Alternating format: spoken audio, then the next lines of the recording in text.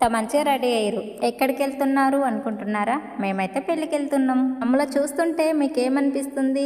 Comment చేయండి. మాకెలా అనిపించిందంటే, టోనీకేమో పంచ కట్టించిన, చిట్టి తల్లికేమో లంగం వేసిన, నేను కూడా కొంచెం మంచిగా రెడీ అయినా కదా. ఆ పిల్లలకి పట్టు వస్త్రాలు కట్టించినంత ఫీల్ అనిపించింది నాకైతే. ఎందుకంటే ఇంత గ్రాండ్గా రెడీ అయినాం కాబట్టి నాకు ఆ ఫీల్ అనిపించింది. మరి మీకు ఎలా అనిపించిందో అనేది కామెంట్ చేయండి. టోనీ అయితే సేమ్ పెళ్లి కొడుకు లాగానే ఉంది కదా. ఆడైతే మస్తు సిగ్గుపడుతున్నారు డ్రెస్ వేసుకొని, కానీ వానికి ఆ డ్రెస్ చాలా నచ్చి వేసుకుండు. ఇంకెలా ఉండు అనేది కామెంట్ చేయండి. మేమైతే ఇంత మంచిగా టీక్ టాక్ రెడీ అయిపోతున్నాం. మరి పెళ్లికాడికి పోయేసరికి మా గెటప్లు మా మేకప్లు ఉంటాయా ఆగమాగం అవుతాయో తెలియదు. మేమైతే దేవరకొండకు వచ్చినాం, బస్ ఎక్కినాం. ఎండనైతే మస్తు ఎండ కొడుతుంది.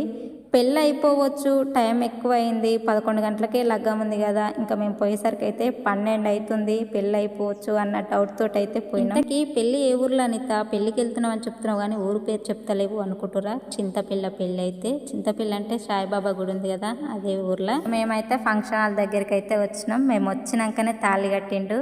మేము పెళ్ళికి అయితే అందుకున్నాం మొత్తం మీద. ఇంకా ఎవరు పెళ్ళి, ఏ తరపు నుంచి చుట్టాలు అనేది ఫుల్ వీడియో పెట్టిన చూడండి.